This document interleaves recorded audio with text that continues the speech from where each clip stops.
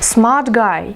One morning, a well-dressed gentleman of aristocratic bearing, accompanied by his manservant, entered a jeweller's shop in Bond Street in London.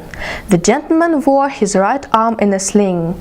He began to examine the rings, and when he had selected a couple of rings to the value of £1,000, he put his hand into his breast pocket, as he wished to pay for the rings at once.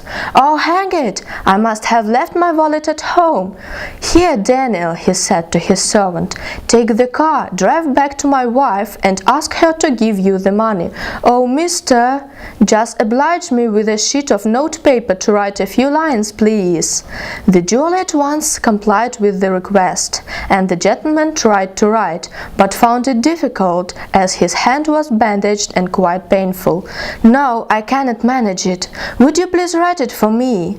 So the jeweler took the pen and paper, and at the dictation of the gentleman wrote, "Kindly send me £1,000 via bearer, Theophilus."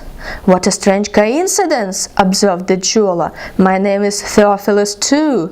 "Ah, I'm glad to hear it," replied the gentleman, while his man took the note and left by the swanky car outside the door. The jeweler and the gentleman waited for a very long time, until the latter began to yawn and show signs of impatience, and after a further wait he said, "I must go home and see what has caused the delay. Keep the rings for time being, and tomorrow I shall call for them and take them away."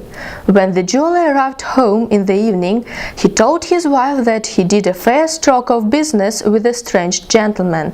"Indeed," his wife replied, "but why then did you send home for £1,000? "What? I didn't." "What on earth's the matter with you?" interrupted his wife. "That's your handwriting, isn't it? And that's your notepaper, isn't it?" The jeweler fainted.